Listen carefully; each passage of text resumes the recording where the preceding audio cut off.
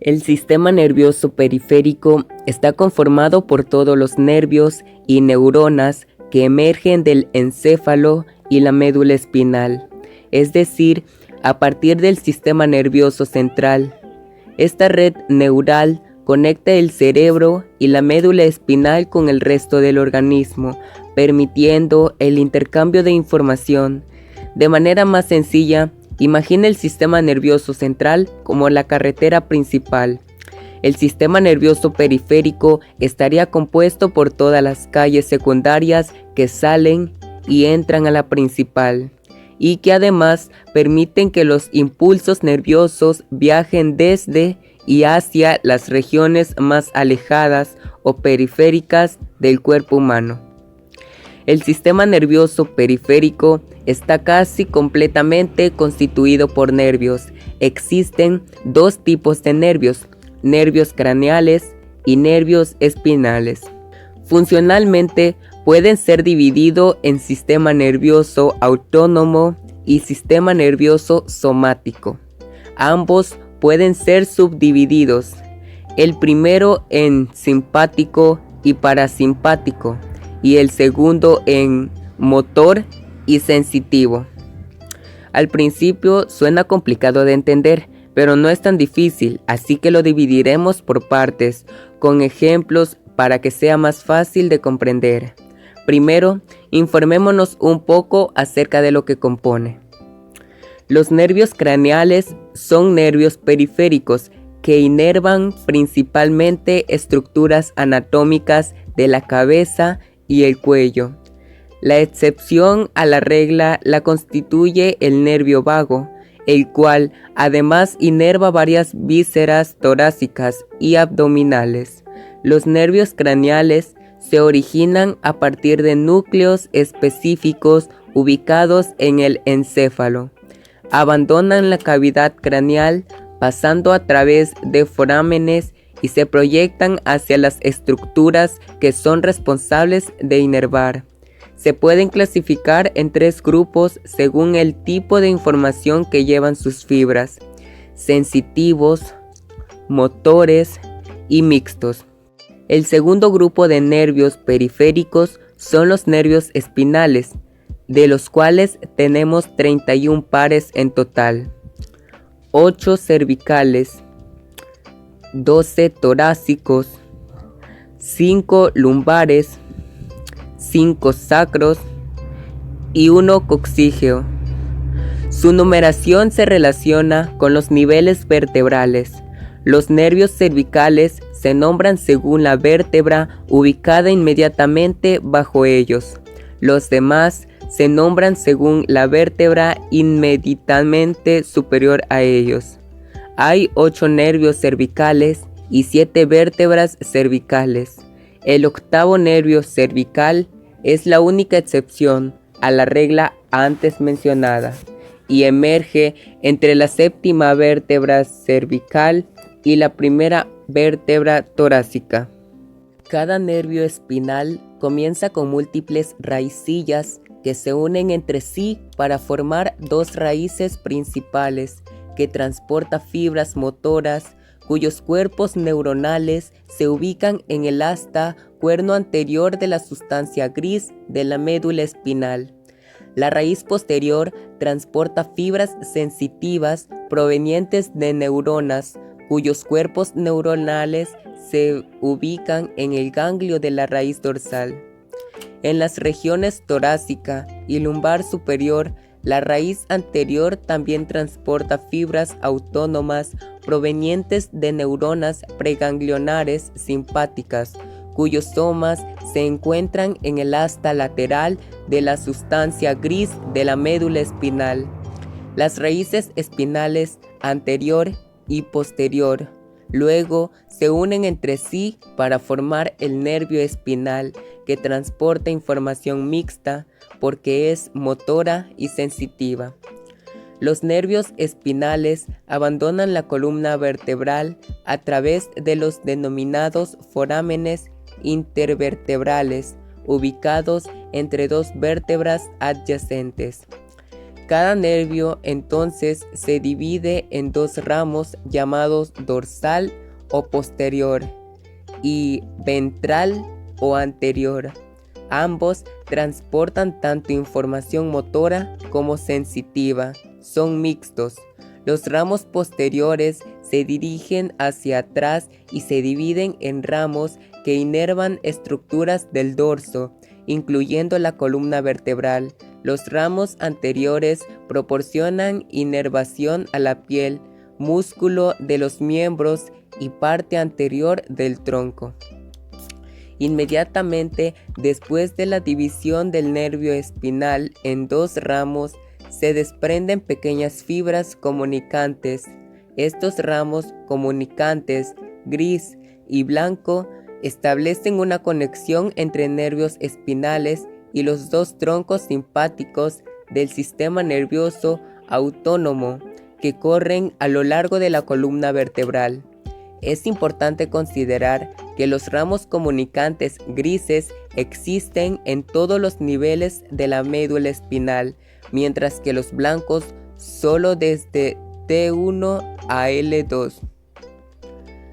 Cabe resaltar que los nervios craneales emergen desde el encéfalo, mientras que los nervios espinales abandonan el sistema nervioso periférico desde la médula espinal. Dejando esto en claro, pasemos a profundizar un poco más en sus sistemas. Recordemos que el sistema nervioso periférico se divide en sistema nervioso somático y autónomo. El sistema nervioso simpático, también conocido como voluntario, es responsable de proporcionar inervación sensitiva y motora a todas las estructuras del cuerpo humano, excepto a órganos, vasos sanguíneos y glándulas. En otras palabras, transporta sensibilidad desde el cuerpo, dolor, tacto, temperatura, propiocepción e inerva al músculo esquelético para iniciar el movimiento. Además, el sistema nervioso somático está involucrado en los reflejos espinales, como por ejemplo el reflejo de flexión, que te ayuda a quitar una extremidad instantáneamente cuando tocas, por ejemplo, un objeto extremadamente caliente. Tanto los nervios craneales como espinales contribuyen al sistema nervioso somático. Los nervios craneales proporcionan control, motor y sensibilidad a la cara con respecto a los niveles nervios espinales, como mencionamos anteriormente. Los ramos posteriores viajan hacia posterior para inervar la columna vertebral, músculos vertebrales y piel de la espalda, mientras que los ramos anteriores inervan los miembros y la parte anterior del tronco. La mayor parte de los ramos anteriores se comunican entre sí para formar plexos, desde los cuales se desprende la mayor parte de los nervios periféricos principales.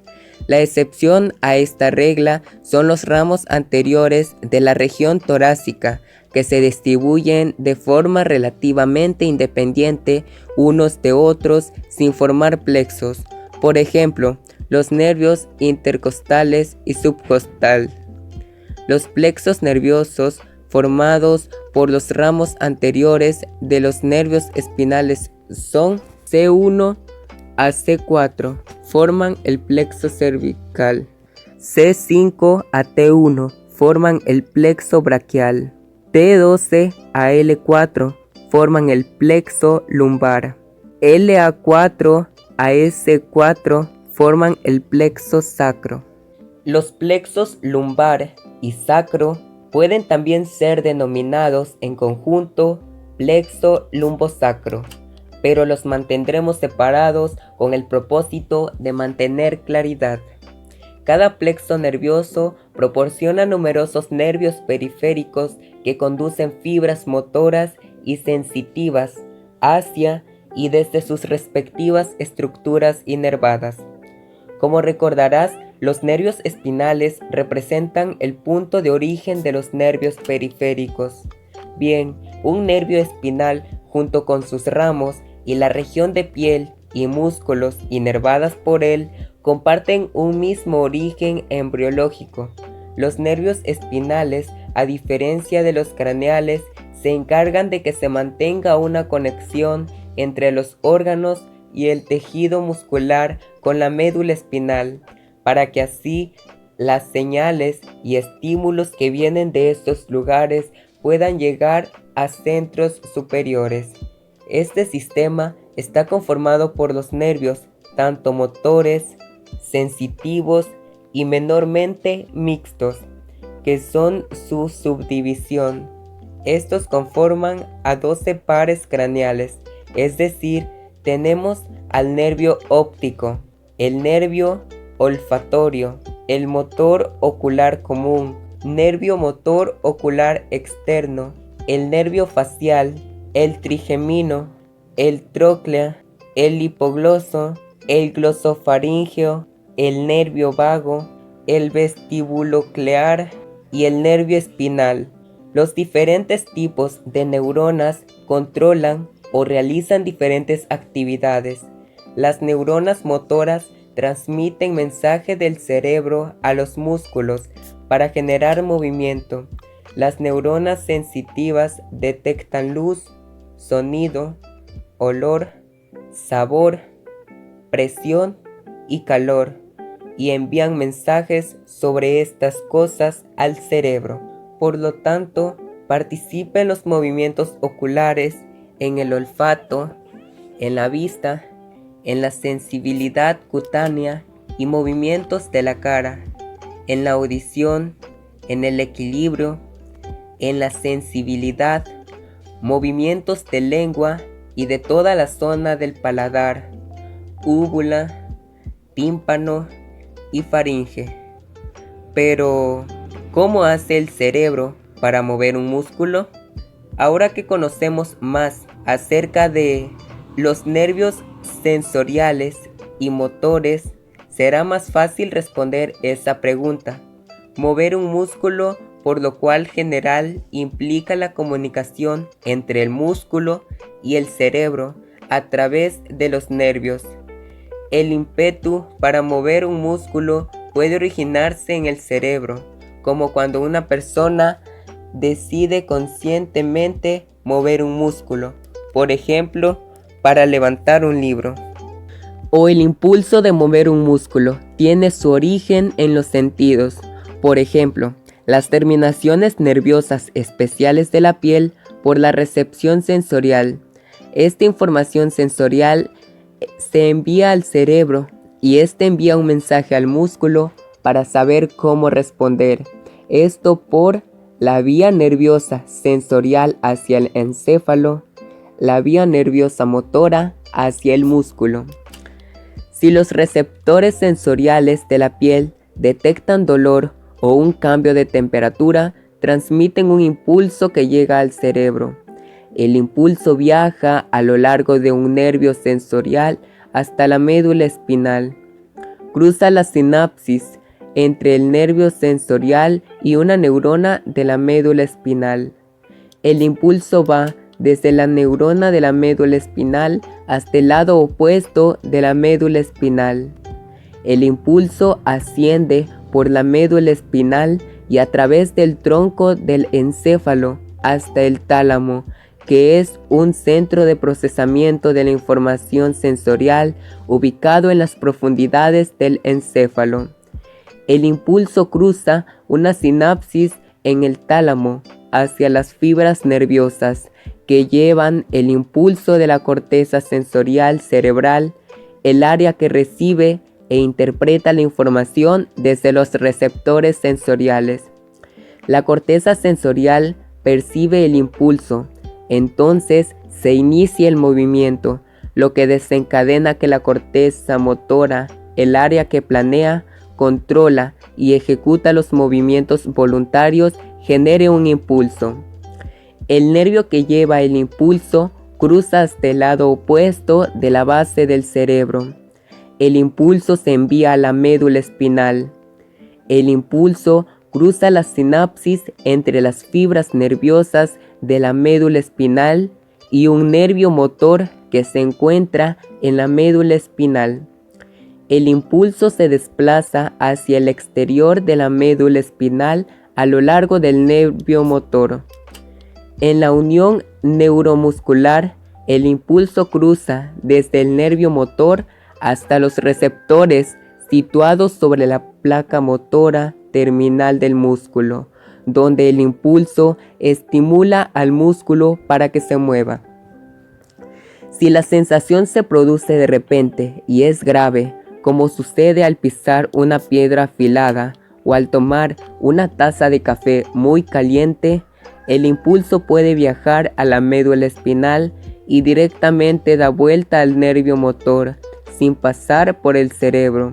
El resultado es una respuesta rápida de un músculo, al retirarse inmediatamente de lo que sea que esté causando el dolor. A esta respuesta se denomina reflejo vertebral. Hemos llegado a la división autónoma del sistema nervioso periférico. Es un sistema involuntario, es decir, no poseemos control consciente sobre él. Es responsable de la inervación sensitiva y motora al músculo liso, vasos sanguíneos, glándulas y órganos internos.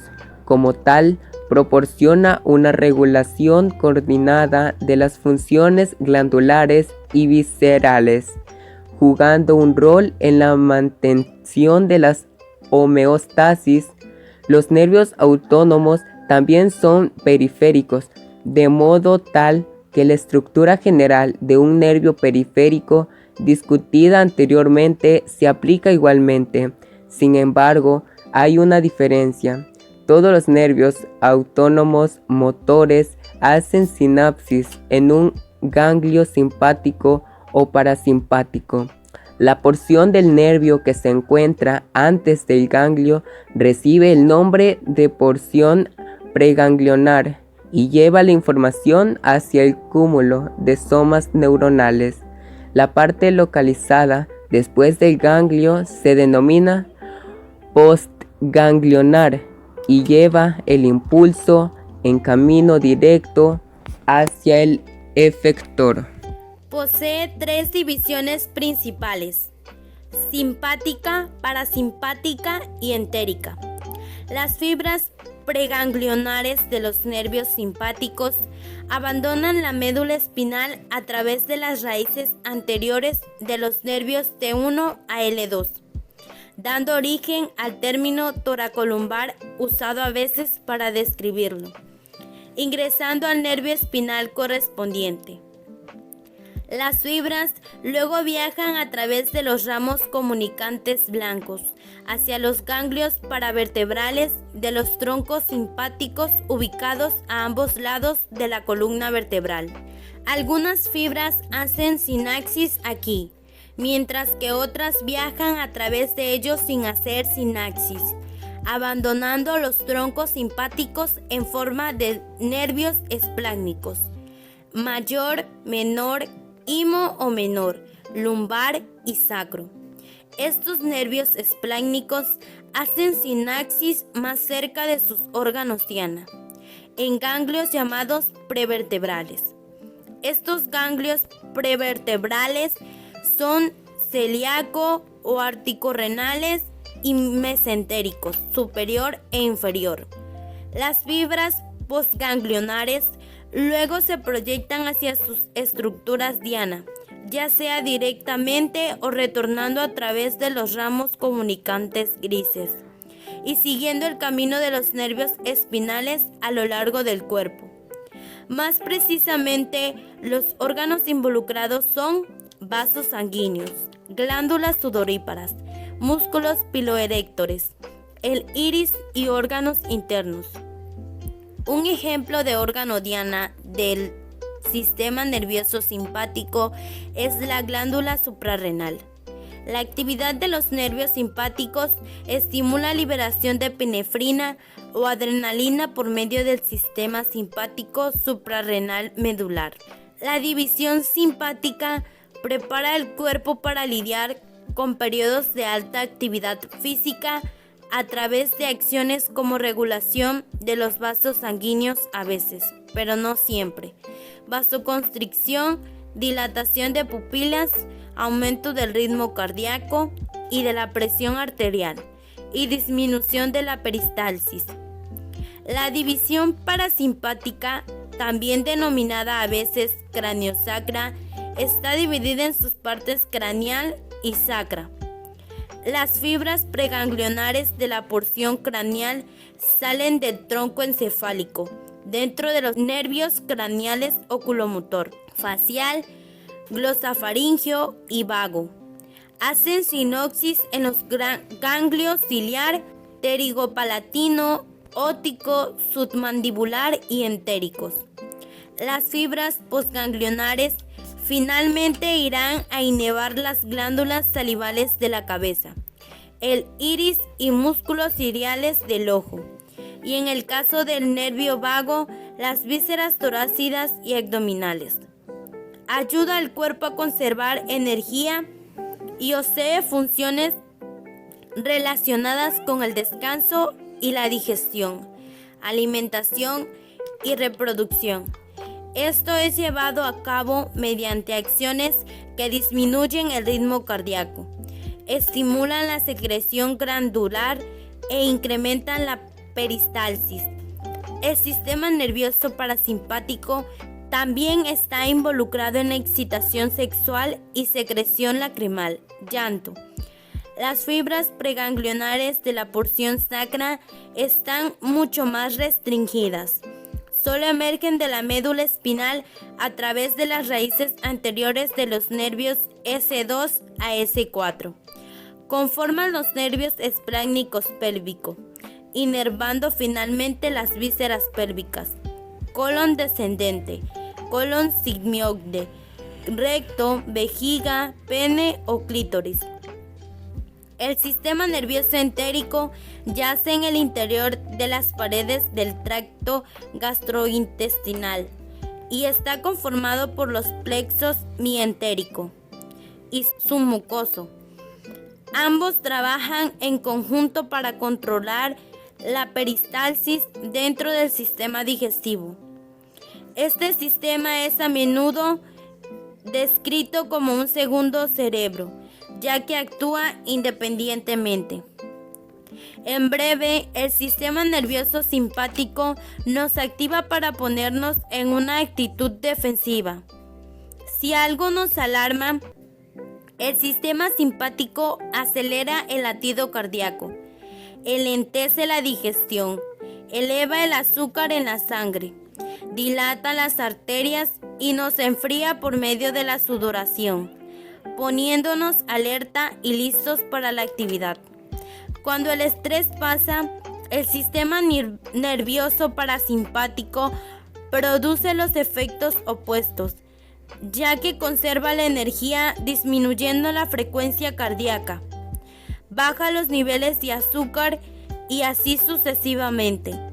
En situaciones cotidianas, el sistema nervioso simpático y el parasimpático funcionan juntos para mantenernos en equilibrio nuestro estado interno. Los trastornos de los nervios periféricos. Existen más de 100 tipos de trastornos de los nervios periféricos. Estos pueden afectar a uno o muchos nervios.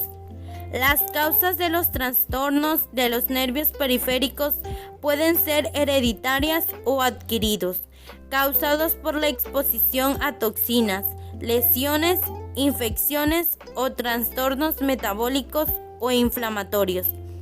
Pueden afectar un único nervio, mononeuropatía, 2 o más nervios periféricos en áreas distintas del cuerpo, mononeuropatía múltiple, muchos nervios por todo el cuerpo, pero en general alrededor de las mismas zonas en ambos lados del cuerpo, polineuropatía, una raíz nerviosa espinal, la parte del nervio espinal conectada a la médula espinal, Un plexo, una red de fibras nerviosas, donde las fibras procedentes de distintos nervios espinales se clasifican y se recobinan para servir a un área particular del cuerpo.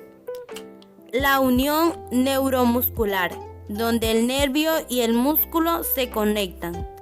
Si los nervios motores están dañados, los músculos se debilitan o se paralizan. Si los nervios sensitivos están dañados, se experimentan sensaciones anormales o pérdida de sensibilidad.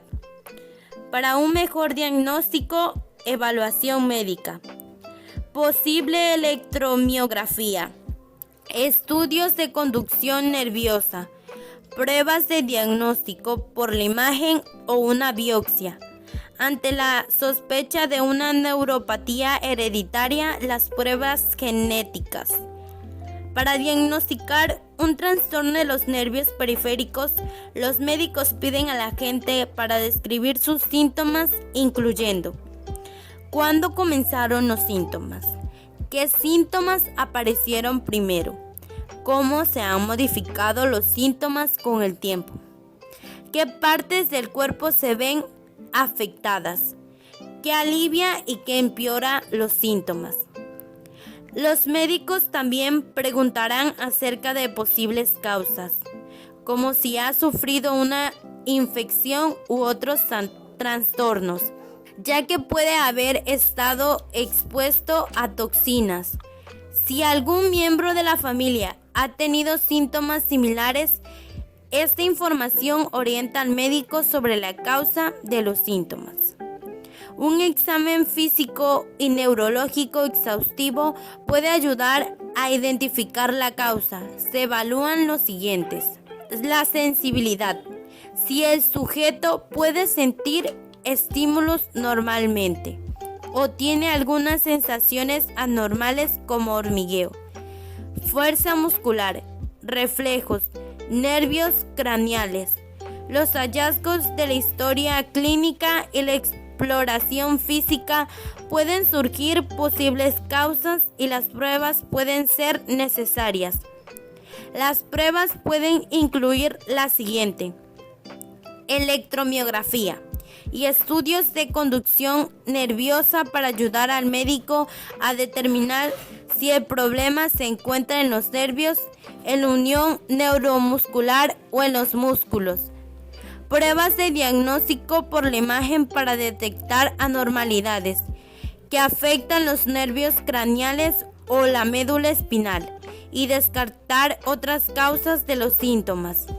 Una biopsia de músculos y nervio para identificar el tipo de problema. Si se sospecha de una neuropatía hereditaria, se puede hacer pruebas genéticas. Medidas de higiene aplicables para el sistema nervioso. Las neuronas son sensibles a las modificaciones de glucosa y oxígeno. Si dejan de recibir sangre oxigenada durante aproximadamente 5 minutos, puede dañarse y morir. Durante el embarazo, la mujer debe ingerir ácido fólico para evitar que su hijo tenga problemas en la formación y desarrollo del sistema nervioso. Evitar utilizar drogas y bebidas alcohólicas. Pasan a la sangre y de esta al sistema nervioso, causando daños a las neuronas. Dormir en promedio 8 horas diarias. Realizar ejercicio regularmente. Si practicas deportes extremos, utiliza casco para proteger el cráneo. Para finalizar, con un resumen de qué es el esquema nervioso periférico. Su definición: una división del sistema nervioso compuesta por el tejido neural ubicado fuera de la cavidad craneal y conducto vertebral. Componentes anatómicos: nervios periféricos, nervios espinales, nervios craneales, nervios autónomos, ganglios. Componentes funcionales: sistema nervioso autónomo, parte involuntaria que controla las células cardíacas, musculares, lisas y glandulares. Sistema nervioso somático, parte voluntaria que controla la musculatura esquelética y procesamiento de la sensibilidad somática.